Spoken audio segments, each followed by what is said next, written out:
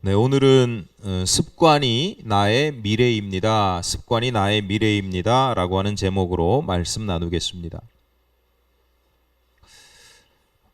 미국의 디트로이트라고 하는 곳에서 벤 카슨이라고 하는 한 흑인 소년이 태어났습니다.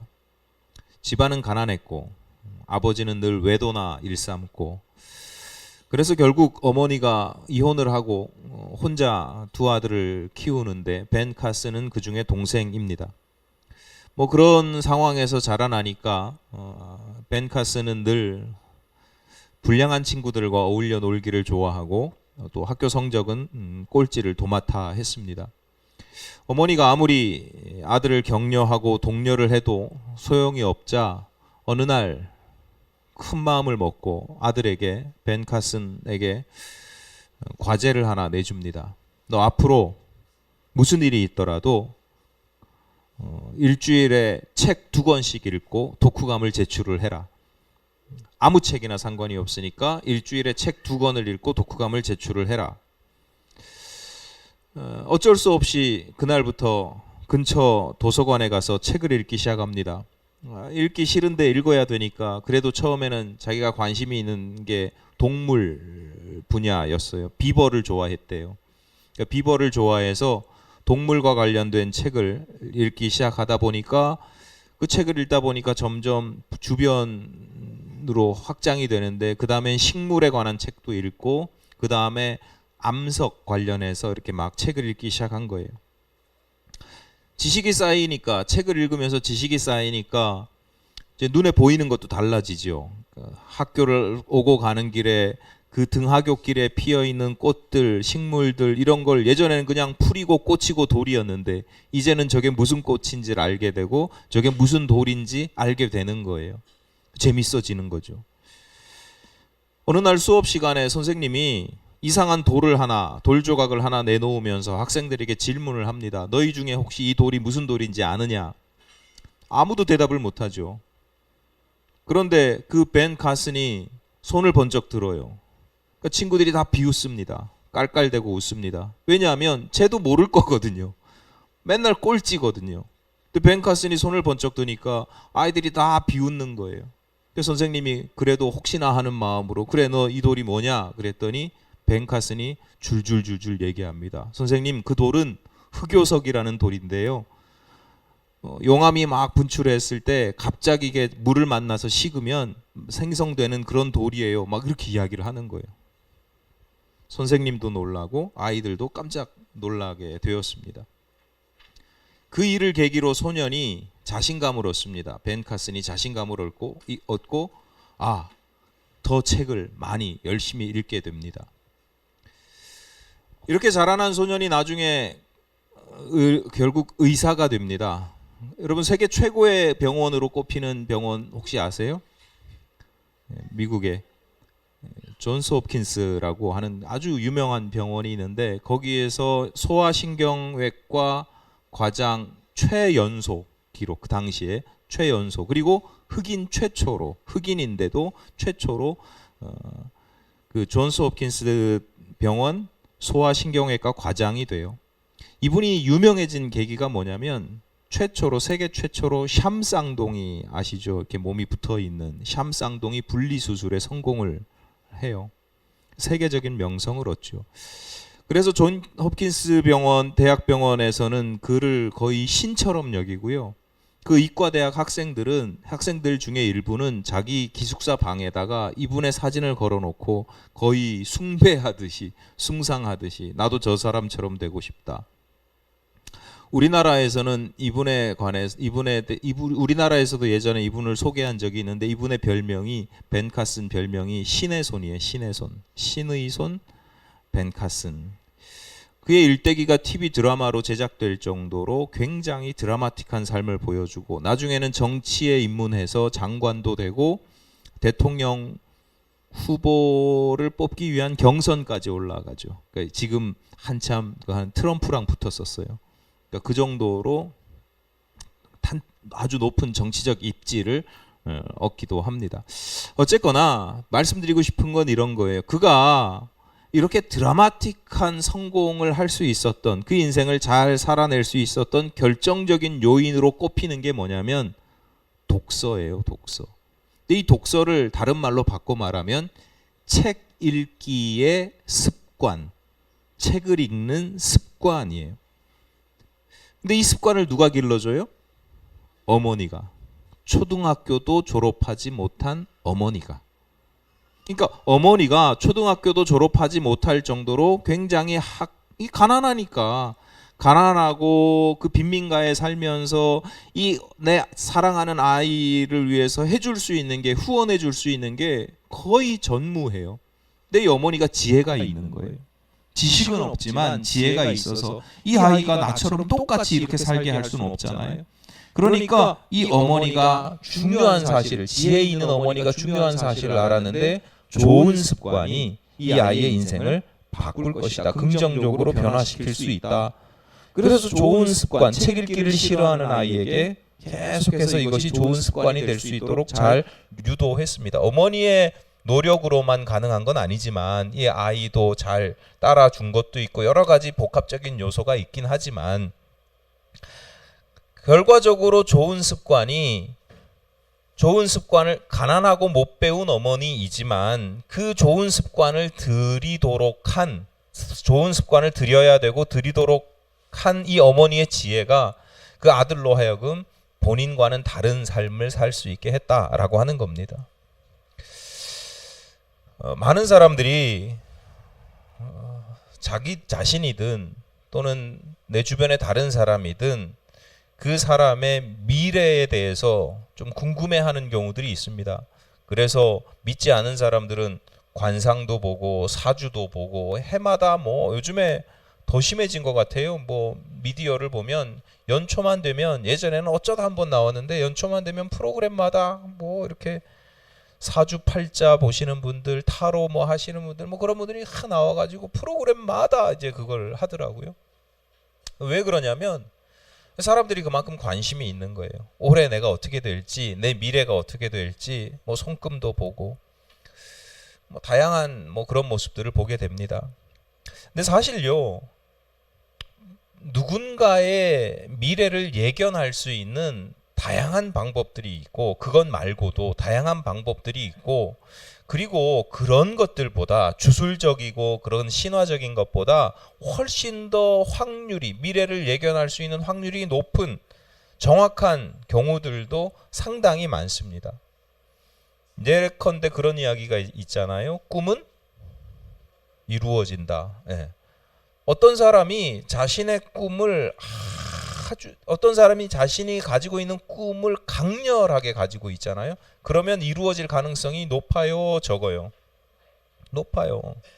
왜냐하면 내가 가지고 있는 꿈이 강렬하다는 건 그냥 꿈이나 기대가 강렬하다는 게 아니라, 그게 강렬하기 때문에 자꾸 그거에 대한 생각을 하게 되고 방법을 찾게 되고 이렇게 시도를 하게 되고 여러 가지 따라오는 것들이 있기 때문에, 어떤 사람이 가지고 있는 꿈이 막연하게 난 이렇게 될 거야 라고 생각하는 거하고, 정말 저 사람은 저 꿈에 대해서 강렬하구나 이렇게 보면 미래를 어느 정도 알 수 있죠. 또 이런 것도 있죠. 말이 씨가 된다. 잘 아시잖아요. 말이 씨가 된다. 어떤 사람이 어떤 말을 자주 자주 말하는 것, 그 사람이 자주 말하는 대로 변화될 가능성이 굉장히 높습니다. 그러니까 여러분, 괜히 이상한 말 하지 마시고, 나가 죽어 이런 소리 하지 마시고, 아유 죽겠다 이런 말씀 하지 마시고, 때로는 어떤 사람의 마음 씀씀이를 보면 그 사람의 미래를 예측할 수 있고, 때로는 어떤 사람이 가지고 있는 재능을 보면 세상을 이렇게 보는구나. 특히 아이들 같은 경우에 세상을 보는 세계관들이 있거든요. 세상을 보는 그 시각들이 있거든요. 그런 걸 본다거나 재능이나 이런 걸 보면 그 아이의 미래를 어느 정도는 예측할 수 있고, 그런 것들이 사주팔자, 관상, 손금보다 훨씬 더 정확한 걸 볼 수 있습니다. 그런데 그 모든 그 어떤 것보다 미래를 예측할 수 있는 데 있어서 가장 강력한 것이 있는데 습관입니다. 습관. 그러니까 어떤 사람이 어떤 습관을 가지고 있느냐를 보면 그 사람의 미래는 거의 맞출 수 있어요. 그래서 이렇게도 표현을 하죠. 그 습관이 곧 운명이 된다. 이렇게도 이야기를 해요. 또는 습관이라고 하는 것이 그 사람의 운명을 바꾼다. 이렇게도 이야기를 합니다. 여러분 뭐 설교가 길어져서 이런 말씀 안 드리고 싶은데 그래도 뭐 실제로 그런 예를 하나 들어볼게요. 이런 예들이 허다하거든요. 습관이 미래의 운명을 바꾸거나 운명을 만드는 경우. 아주 간단한 예를 하나 들면 예를 들어서 여러분이 어쩌다가 한번 아파서 병원에 가면 약 먹고 낫는 병들 있잖아요. 감기, 독감. 이런 거는 뭐 아니면 뭐 다쳐서 수술을 하거나 뭐 이런 거는 상관이 없는데 이제 여러분 연세 드신 분들도 계시고 하니까 고질병 같은 게 있잖아요. 살다 보면 고질병 같은 게 있어요. 낫지 않는 병들. 오래되고 잘 낫지 않는 병들을 보면 대부분의 경우 습관에서 유발되는 경우들이 상당수입니다. 대다수입니다. 잘못된 자세가 습관이 되면 잘못된 자세를 가질 수도 있는데 그게 습관이 되면 디스크 생기죠. 협착증 생기죠. 관절염 생기죠. 그러니까 근골격계. 자세라고 하는 게 근골격계의 질환을 만들어내죠. 식사 습관. 불규칙적이고 뭐 특별한 편식하고 잘못된 식사 습관이 소화계통에 문제를 일으키고 식사 습관이 심혈관 계통에도 문제 일으켜요. 생활 습관 잘못되면 수면 장애 일으키고 있고요. 그러니까 내가 나이가 들었는데 살 만큼 산 건 아니지만 어느 정도 살았는데 살아가다가 어느 정도 어떤 증상들이 딱 나타났어. 어느 날 어떤 증상이 나타났어. 당뇨가 나타나고 혈압이 높아지고 그게 나타나면 아, 내가 그냥 나이가 들어서 이게 나의 운명인가? 이게 운명이라고 하더라도 그 운명을 결정짓는 건 평소 그 사람의 습관이 그렇게 만들어내는 경우들이 대다수다. 심지어 혈압, 당뇨, 고지혈 이런 건요 자녀손들에게도 영향을 끼칩니다. 그러니까 나의 습관이 나의 운명만 만들어내는 게 아니라 내 자녀손들에게까지도 그 영향을 끼친단 말이죠. 제가 예를 하나 든 것뿐이에요. 질병, 여러분 이렇게 요즘 건강이 중요한 시대니까 피부에 와닿는 질병을 예로 하나 든 것뿐이고 나의 말하는 습관, 생각하는, 사고하는 방식, 사고하는 습관, 신앙의 습관 다 마찬가지입니다.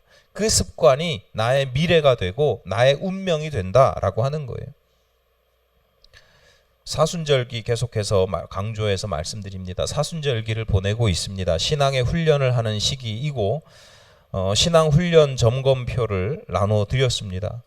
그 신앙훈련 점검표 보신 분들 아시겠지만 거기 과제들을 예로 제가 들어드린 거거든요. 이거를 다 하십시오 이게 아니라 이 예를 들어드린 거라서 그 중에 한두 개, 서너 개, 8개 고르셔도 되고 아니면 내가 이 기회에 뭘 해보겠다 그러면 추가를 하셔도 된단 말이죠.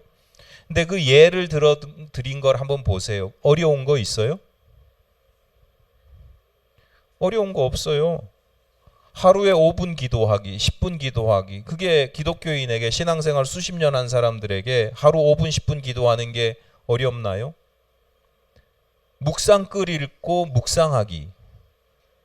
뭐 제대로 하면 예를 들어서 내가 제대로 하겠다 그러면 뭐 30분도 할 수 있고 뭐 1시간도 할 수 있겠지만 제가 묵상글 예전에 처음에 쓰면서 제가 또 성격이 좀 그래서 테스트 해보거든요. 한번 읽어보고 잠깐 묵상하고 이 주제에 대해서 묵상하고 나에게 어떻게 적용할 건가 묵상하고 기도하고 해봤더니 10분도 안 걸리더라고. 그 읽는데 3, 4분이면 되고 이거 나한테 이 읽는 거는 그냥 제가 묵상거리를 만들어 드린 거기 때문에 나한테 적용을 해야 되잖아요. 난 어떻게 적용할 수 있을까? 뭐 한 1, 2분이면 되고 기도 몇 분 하면 10분도 안 걸려요. 어려운 거 아니죠. 가족 10초 이상 안아주기, 하루에 가족과 10분 이상 대화해보기, 엘리베이터에서 만난 이웃하고 인사하기, 뭐 다 그런 거예요. 적혀있는 게. 양치할 때 물 틀어놓지 않기, 하루에 10번 이상 미소 짓기. 어려운 게 하나도 없잖아요. 안 해본 사람에겐. 이게 막상 해보면 이게 불가능한 것도 아니고 어려운 것도 아니고 쉽다 이렇게 쉬운 게 없는데 막상 해보면 어려워요. 뭐가 어렵냐? 반복하는 게 어려워요. 간단하고 단순한데 이게 반복하는 게 어렵죠. 매일 꾸준히 반복하는 것, 그래서 습관이 되는 것이 쉽지 않습니다. 이게 거꾸로 보면 지금까지는 그걸 하지 않았던 게 나의 삶의 습관이었어요. 그러니까 기존의 습관을 깨트리는 것, 이게 쉽지 않아요. 그래서 반복 훈련을 시키는, 쉽지 않으니까. 그러니까 신앙훈련표를 작성하시면서 이게 40일간의 과제다, 내가 40일을 채워야지, 이런 거를 생각하는 것보다 훨씬 궁극적인 이해와 목표의식을 가져야 되는데, 그건 뭐냐면 이걸 나의 습관으로 만들겠다라고 하는 거예요. 여러분, 40일에 무슨 마법적인 힘이 있는 게 아니에요. 100일 기도한다고 21일 초하루 세일에 기도한다고 그 숫자에 무슨 마법적이고 신비한 힘이 있는 게 아니고, 그 기간을 통해서 내 삶의 좋은 습관을 기르는 시간으로 삼는 겁니다. 기간은 수단일 뿐이고 궁극적인 목표와 목적은 그게 나의 습관이 되게 하는 거예요. 왜? 나의 미래는 나의 습관이 나의 미래를 결정지으니까. 여러분, 신앙이라고 하는 게 단순한 지식이 아닙니다. 어느 순간 깨닫고 은혜 받는 게 아니에요. 그건 시작이죠. 그건 신앙의 시작이고 출발이지, 그건 신앙의 완료가 아니에요. 내가 신앙을 통해서 어떤 중요한 지식을 알았어요. 깨달음을 얻었어요. 그게 결과적으로 궁극적으로 나의 습관이 되어야 되고, 습관이 된다는 건 뭐예요? 내가 그렇게 습관이 되는 삶을 살아가면 습관이 곧 내 삶이 되는 것이고, 내 삶이 되면 그게 곧 내가 되는 거예요. 그리할 때 그 신앙의 힘이 나타나는 거죠. 여러분이 군인이라고 생각해 보십시오. 군대 가면 배우는 것 중에 하나가 지식적으로 배워요. 이 총이 어떤 총인지, 이 총기 부위가 어떤 부위인지, 이게 유효 사거리가 얼마나 되는지 총기에 대해서 다 배워요. 어떻게 생겼고 어떤 원리로 작동하고 어디를 잘 청소해야 되고, 머리로 잘 배워서 아는 것도 중요하지만 훨씬 더 중요한 건, 내가 군인이라면 잠깐 훈련소에서 그거 배우고 나오면 상관없지만 내가 군인으로 살아간다면 그걸 잘 활용하고 사용하는 게 중요하잖아요. 필요할 때 익숙하게 자연스럽게 사용할 수 있어야 돼요. 그래서 훈련을 한단 말이에요. 그렇지 않으면 어떻게 돼요? 위기 상황이 오면, 적들이 막 쳐들어오면 나한테 총이 없어서가 아니라 총이 있는데도 불구하고 당황하다가 적의 총탄에 맞아 죽는 거예요. 무서워서 벌벌 떨다가 숨어 있다가 끝나는 거예요. 지금도 가끔 LA에서 있었던 흑인 폭동 사건, LA 폭동 사건이 회자되곤 합니다. 한인들이 모여있는 곳에도 폭도들이 들이닥쳤는데, 정부나 지자체 그 도움을 기대할 수 없었던 한인들이 자경단을 만들거든요. 그리고 건물, 쇼핑센터 이런 데 옥상에 올라가서 무장을 하고, 그 옥상에서 무장을 하고 그 폭도들을 막아내요. 우리 입장에서는 그럴 수 있는 거 아니야? 미국에서 총기 자유고 다 그럴 수 있잖아. 그럴 수 있지. 내 재산과 생명에, 내 가족의, 사랑하는 사람의 재산과 생명에 피해를 입는데 당연히 그래야지 라고 생각할 수 있지만, 미국 사회에서는 이게 어마어마하게 놀라운 일이었어요. 놀랍게 받아들여요. 그리고 지금까지도 회자되고 있어요. 그 이유가 뭐예요? 그렇게 막 무장한 흑인들이, 무장한 폭도들이 달려드는데도 두려워하지 않고 올라가서 자경단을 조직하고 그렇게 막아낼 수 있었던 이유. 외국 사람들은 모르니까 놀라지. 우리나라 사람들은 다 알잖아요. 한국 남자들 군대 갔다 온 사람들이 많으니까. 군대에서 다 총 다뤄봤으니까. 이게 훈련받았으니까, 훈련받은 사람들에게는 이게 자연스럽게 나타나는 현상이고, 훈련받지 않은 사람들에게는 당황하다 끝나버리는 상황, 일이 되는 거죠. 여러분, 신앙생활도 마찬가지라는 거예요. 신앙생활도 성경을 공부합니다. 기도를 어떻게 하는지 배우고요.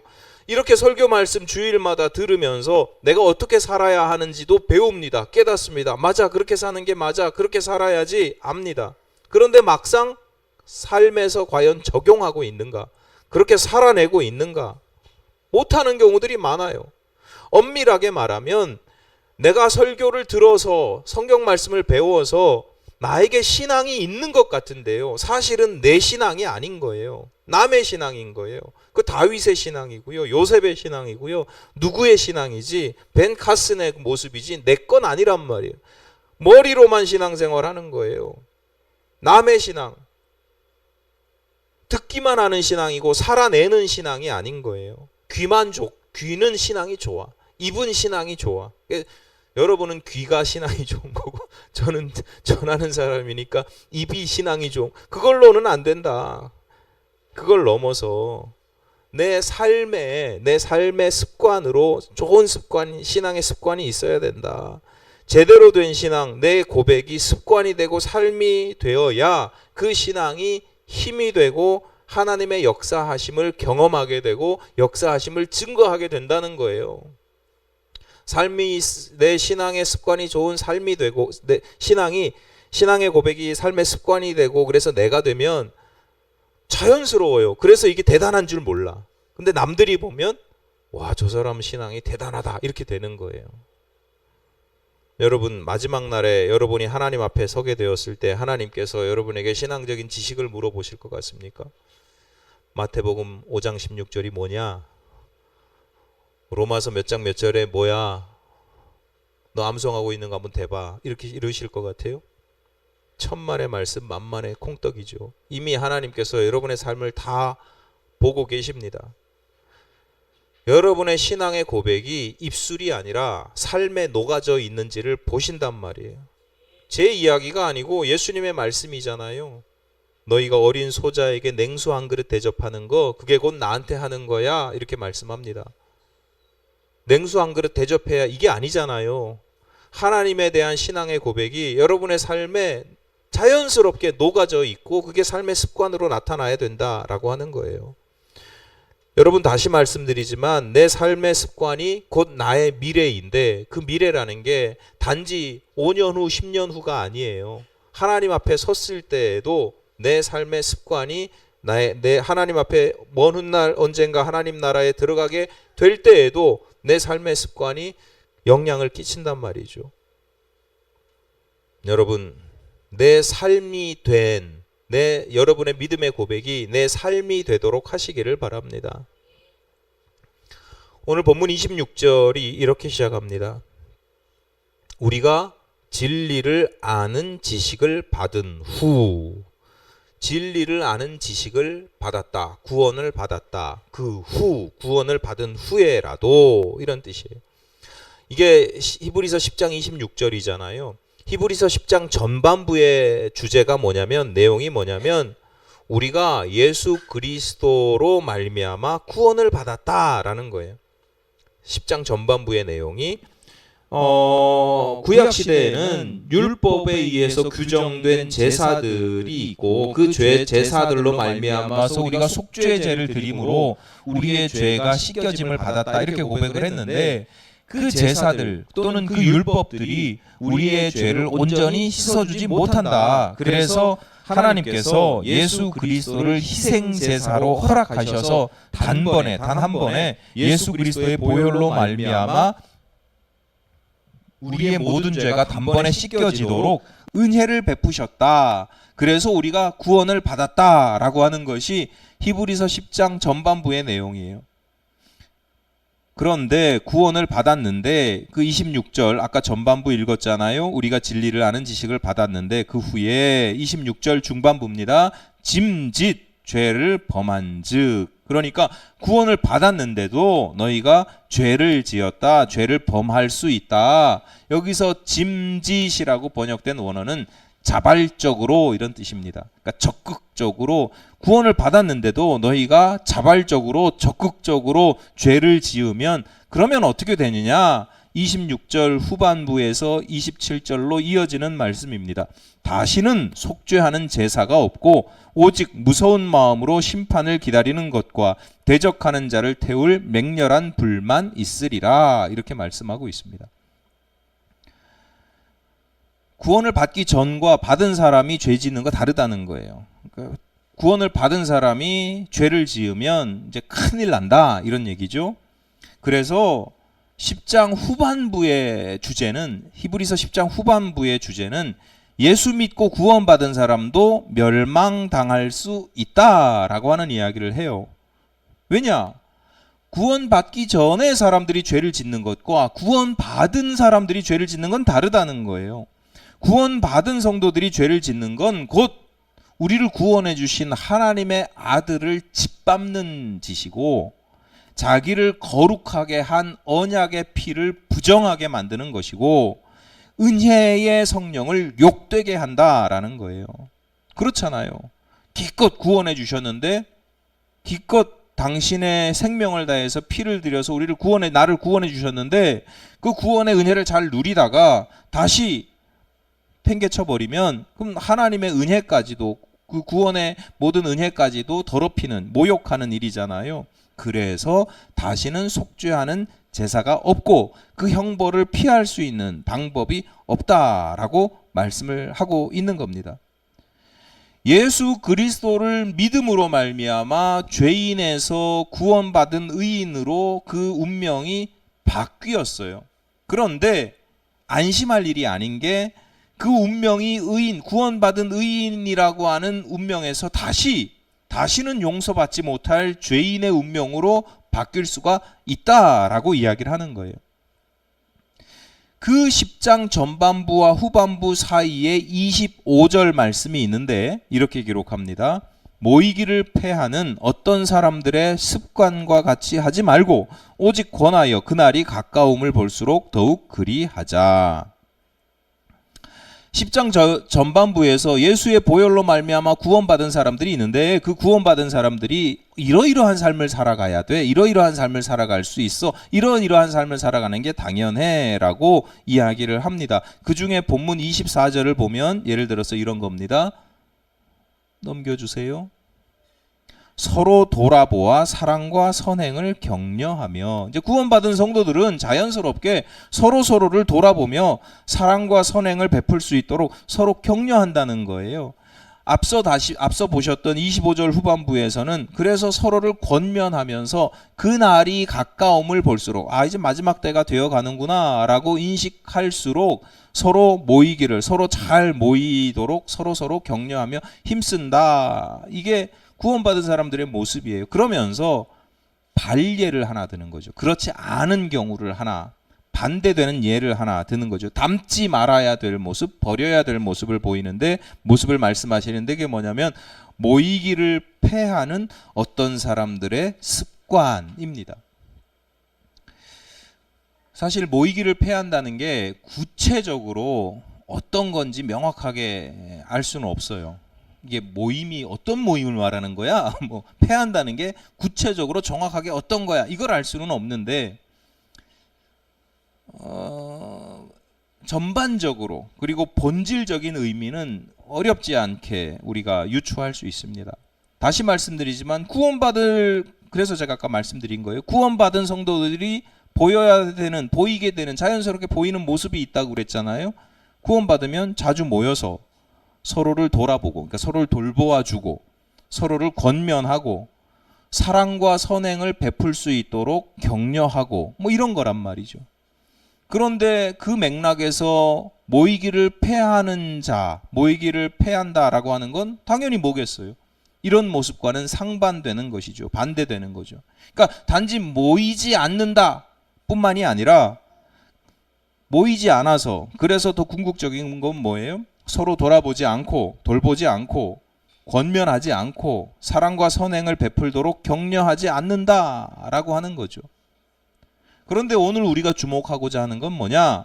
그렇게 모이지 않는 가운데 모이지 않는 자들의 습관이라는 단어가 사용됐다라는 거예요. 모이기를 패하는 것, 모이기를 패한다. 그러니까 모이지 않거나 원어상으로는 모이기를 포기한다는 뜻에 가깝거든요. 그러니까 모이지 않거나 모이기를 포기하는 것이 어떤 사람들에게 습관이 되었다. 이미 그때에도 그것이 습관이 된 사람들이 있었다라고 이야기를 하는 거예요. 또는 그러니까 이게 모이기를 패하는 것, 모이지 않는 것, 모이기를 포기하는 것이 그냥 단지 모이지 않는 게 아니라 그게 습관이 된다는 거예요. 습관. 이미 구원받은 자가, 다시 봅니다. 그러면 이미 구원받은 자가, 그래서 의인으로 인정받은 사람이 다시는 용서받지 못할 죄인으로 변화되는 과정 가운데 작동하는, 그렇게 변하는 가운데 작동하는 것 중에 하나가 뭐냐면 나쁜 습관이라는 거예요. 그러니까 거룩한 성도가 어느 날 갑자기 자발적으로 나 하나님의 대적이 될 거야, 하나님께 범죄하는 인생이 어느 날 갑자기 되는 게 아니고, 사람이 갑자기 180도 변해서 하나님의 아들을 짓밟고 자기를 거룩하게 변화시켜 주신 언약의 피를 부정하게 막 여기고 은혜의 성령을 모욕하고 욕되게 하는 사람이 어느 날 갑자기 그렇게 되는 게 아니고 서서히 그렇게 변해가는 과정이 있다라는 거예요. 그 변해가는 과정 가운데 선명하게 드러나는 것이 있는데 나쁜 습관인 거죠. 한 번 실족할 수 있어요. 넘어질 수 있어요. 근데 그게 아니에요. 한 번 실족하고 넘어지는 게 아니라 그게 계속 반복되는 거죠. 계속 반복되다 보면 자연스러워지고 익숙해지는 겁니다. 그게 습관이잖아요. 어쩌다 한번 모이기를 포기할 수 있고 못 모일 수 있어요. 그게 아니라 자꾸 반복되는 거예요. 반복되다 보면 그게 습관이 된다. 그러니까 자연스러워지고 익숙해지고 그냥 그게 그래도 되는. 그러니까 성도들은 좋은 습관을 기르는 것도 중요하지만 나쁜 습관을 갖지 않도록 지극히 경계해야 된다라고 하는 겁니다. 부정적인 모습이 나타날 수 있지만 그것이 반복되지 않도록, 그리고 그것이 습관이 되지 않도록 조심해야 된다. 그래서 제가 이런 말씀 드릴 때마다 항상 저한테는 참 각인되어 있는 그 예화라서 자주 말씀드리고 참 정확한 표현이다, 비유다라고 생각해서 자주 말씀드리는데, 종교개혁자 루틴이 마틴 루터가 했다는 그런, 사실 누가 했는지 모르는데요. 일단 보통 마틴 루터가 했다고 이야기를 해요. 새가 머리 위로 날아다니는 거 꼭 어떻게 할 수가 없다는 거예요. 근데 그 새가 내 머리 위에 앉아서 집 짓기에는 못하게 해야 된다. 집을 짓지는 못하게 해야 된다. 이게 무슨 비유예요? 죄의 생각들, 유혹들, 뭐 이런 것들이 막 날아다니는 거, 뭐 내 머리 위로 날아다니는 거, 그거 내가 어떻게 할 수가 없어. 내 능력을 넘어서는 거니까 어떻게 할 수가 없어요. 그런데 그게 내 머리 위에 앉아, 그리고 심지어 집을 지어. 그렇게 하는 건 내가 손만 휘저으면 막을 수 있으니까. 생각이든 마음이든 심지어 행함이든 죄의 유혹에 넘어갈 때도 있겠지만 그럴 때마다 회개를 해야지. 손을 흔들으면서 새를 쫓아내야지. 그게 익숙하고 자연스럽고 당연하게 여기면 안 된다라는 거예요. 사실 나쁜 습관, 부정적인 습관들의 종류가 굉장히 많지요. 근데 본문에서 바울은 그 중에 딱 한 가지 예를 들어요. 모이기를 패하는 자들의 습관을 예로 듭니다. 나쁜 습관들이 많지만 나쁜 습관들 중에서도 지극히 특별하게 경계해야 되는 것들이 있거든요. 모이기를 패하는 것도 사실은 그런 지극히 경계해야 되는 나쁜 습관 중에 하나예요. 앞서 말씀드렸듯이 모이면 서로 돌아보고 격려하고 살피고 돌보아 줄 수가 있잖아요. 잘못된 길로 가면 야, 너 잘못되는 것 같아 라고 굳이 얘기를 하지 않아도 서로에게 거울처럼 비추어 볼 수도 있잖아요. 사랑과 선행을 베풀 수 있도록 서로 격려하면 좋고, 여러분 사랑과 선행을 베푼다 그냥 덕이 있게 잘 살아야지 이렇게 좋은 게 아니고요. 사랑과 선행이라고 하는 건 기독교인들에게 아주 가장 기본적이고 필수적인 신앙의 덕목입니다. 여러분 안 믿는 사람들이 여러분이 예수쟁이다 이렇게 보는 게 아니고요. 여러분의 삶에서 가장 먼저 보는 게 사랑과 선행입니다. 그러니까 이 기독교인들에게 나타나야 될 가장 기본적인 요소예요. 그게 사랑과 선행을 베풀 수 있도록 서로에게 격려하고 힘이 되고 도와준다. 그러니까 성도들의 모임이라고 하는 건 서로의 신앙을 계속해서 발전시키고 승화시키고 이게 향상될 수 있도록 막 도와주는 거예요. 모이기를 폐하는 것에 대해서 단지 모이기를 폐한다라고 하는 게 그냥 출석률 100%냐, 뭐 출석률 30%냐 이런 얘기가 아니란 말이죠. 모이는 것 자체의 의미만 생각하시면 안 돼요. 나는 모든 예배에 빠진 적이 없고 새벽기도 수십 년 했고 뭐 무슨 선교회 모임마다 여러분 그 얘기가 아니라니까요. 그게 여러분 자랑이 될 수 없어요. 예를 들어서 내가 모이긴 잘 모이는데 모일 때마다 같이 옆에 있는 사람들 낙심하게 하고 질투나게 질시하게 하고 막 힘 빠지게 하고 그거는 모이기를 폐하는 자들의 습관하고 똑같은 거예요. 그러니까 이게 출석률 뭐 내가 잘 모여 이 이야기가 아니라고요. 모이기를 폐한다, 잘 모인다라고 하는 건 그로 말미암아서 부수적인 서로 사랑과 선행을 격려하고 서로를 돌보아주고 이런 일들이 일어나게 만드는 기본이 된다라는 거예요. 그러니까 거룩한 모임은 그 자체로도 중요하지만 그로 말미암아 유발되는 것들이 있잖아요.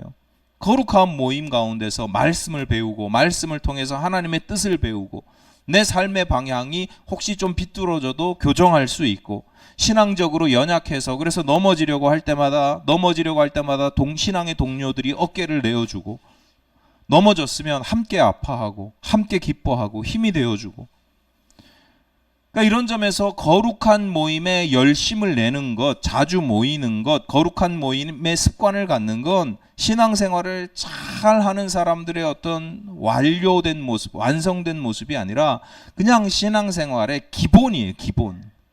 신앙생활의 아주 기초란 말이에요. 초석이란 말이죠. 그러니까 초석이고 기초고 기본인데 기둥인데 그게 무너지면 그게 나쁜 습관이 돼버리면 어떻게 되겠어요? 그 사람의 신앙의 집이 다 무너지는 거죠. 모이는 것뿐만이 아닙니다. 여러분의 삶이든 여러분 신앙이든 기본적인 삶의 습관들, 기본적인 삶의 자세들, 기본적인 삶의 습관들이 있습니다. 그 습관들이 어떠한지를 한번 봐보세요. 제가 무슨 다른 어려운 얘기하는 게 아니에요. 이 모임에 지각하는 사람은요, 저 모임에도 늘 지각합니다. 지각하는 삶의 기본적인 자세에서 습관이 그렇게 들여져 있는 거예요. 변명하는 사람이요, 어쩌다 변명할 수 있죠. 변명하는 사람들 늘 변명합니다. 변명의 습관이 되어 있으면 서두르는 사람 늘 서두르고요. 쉽게 분노하는 사람 늘 분노합니다. 매사에 무슨 일만 생기면 불평하고 원망하고 무슨 일만 생기면 불안하고 염려하고 이거 다 습관인 경우들 많아요. 삶의 아주 가장 기본적인 자세거든요. 그런데 기본적인 자세에서 이미 잘못된 습관이 들여져 있는 경우들이 많아요. 집중해야 될 때 집중하지 못하고 어쩌다 그럴 수 있죠. 내가 무슨 일이 있으면 산만할 수 있잖아요. 근데 그 습관인 사람들이 있다니까요. 어떤 상황 속에서도 늘 집중을 안 해요. 교만도 습관인 경우가 있어요. 교만할 만할 때 교만한 게 아니라 기본적으로 그냥 내가 노파가 있어가지고 그냥 교만의 말을 습관적으로 내뱉는 사람들도 있어요. 나쁜 습관, 하나의 나쁜 습관으로 끝나는 게 아니라 그 습관이 그 사람을 망가뜨려요. 그 사람 인생 전체를 무너뜨려요. 결국 망하게 한단 말이죠. 그러니까 내 삶의 습관을 나쁜 습관은 좋은 습관으로 잘 바꾸고 해야 되는데 그 습관들 중에 여러분 기본적인 것들이 있어요. 그 삶의 습관이든 신앙의 습관이든 기본적인 습관들을 좋은 습관으로 바꾸려고 좀 노력을 하셔야 된다. 사순절 기간에 그걸 좀 잘 해보셔야 되는데 이미 사순절 기간이 많이 지나고 있지만 그래도 지금이라도 한번 또 해보시기 바라고요.